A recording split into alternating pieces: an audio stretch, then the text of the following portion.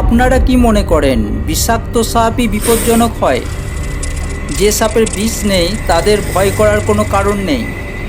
ধারণাটা সম্পূর্ণ ভুল, সেটা আপনাদেরকে এই ভিডিওতে প্রমাণ করে দেব। সাপেদের জগতের দৈত্য সাপই হলো গ্রিন অ্যানাকোন্ডা। এই সাপেদের মধ্যে ভারী এবং প্রচণ্ড শক্তিশালী। এরা কোনো প্রাণীকে ধরলে 93 পাউন্ড পার ইঞ্চিতে বল প্রয়োগ করতে পারে। ফলে শিকারিটা কিছুক্ষণের মধ্যে হাড়গোড় ভেঙে শ্বাসরোধ হয়ে মারা যায়।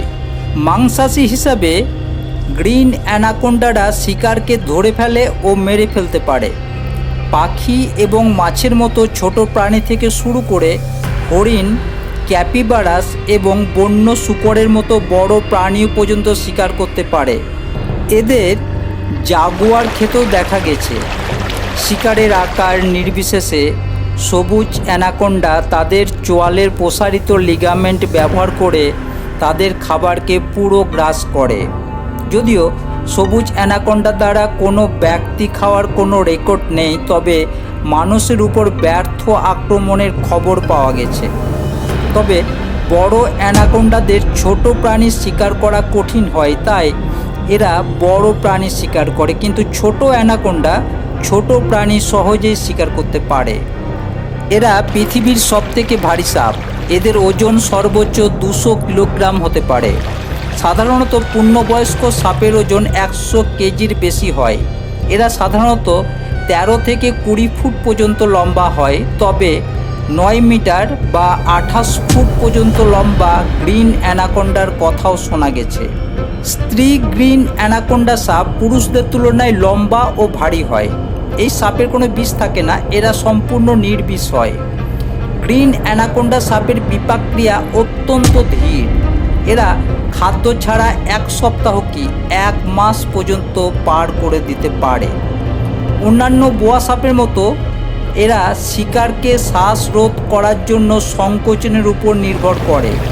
সাপগুলি তাদের শিকারের তাপ শনাক্ত করতে তাদের উপরের ঠোঁটে বিশেষ তাপ সংবেদনকারী পিঠ অঙ্গ ব্যবহার করে।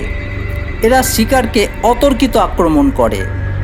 একটি অ্যানাকোন্ডা নিজেকে অন্য প্রাণীর চারপাশে এমনভাবে আবৃত করতে পারে বা এমনভাবে পেঁচিয়ে ধরে আর আস্তে আস্তে বাঁধন শক্ত করে।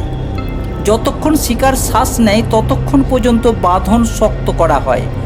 তারপর একটা সময় শিকার আর শ্বাস নিতে পারে না, মারা যায়। এরা চমৎকার সাঁতারু। এরা জলে ডাঙার কাছে ওঁত পেতে থাকে। যখন শিকার আসে তখন এরা শিকারকে কামড়ে পেঁচিয়ে ধরে।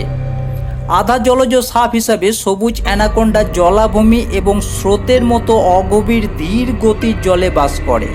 শুষ্ক ঋতুতে সবুজ অ্যানাকোন্ডা কাদায় গর্ত করে বসবাস করে, যদিও তারা তাদের বেশিরভাগ সময় জলেই কাটায়। তবে সাপগুলিকে জমিতে ঘন গাছপালা এবং কখনো কখনো গাছেও দেখা যায়। প্রাপ্তবয়স্ক অ্যানাকোন্ডা আকারে বিশাল হয়, সেই জন্য প্রকৃতিতে তাকে শিকার করার মতো কোনো প্রাণী সাধারণত দেখা যায় না। যাই হোক, কিশোরদের মাংসাশী প্রাণী থেকে রক্ষা করার জন্য এরা মাটিতে গর্ত করে তাদেরকে লুকিয়ে রাখে। সেই জন্য তারা সাধারণত বনভূমি ও নদী অববাহিকায় নিরাপত্তায় বসবাস করে।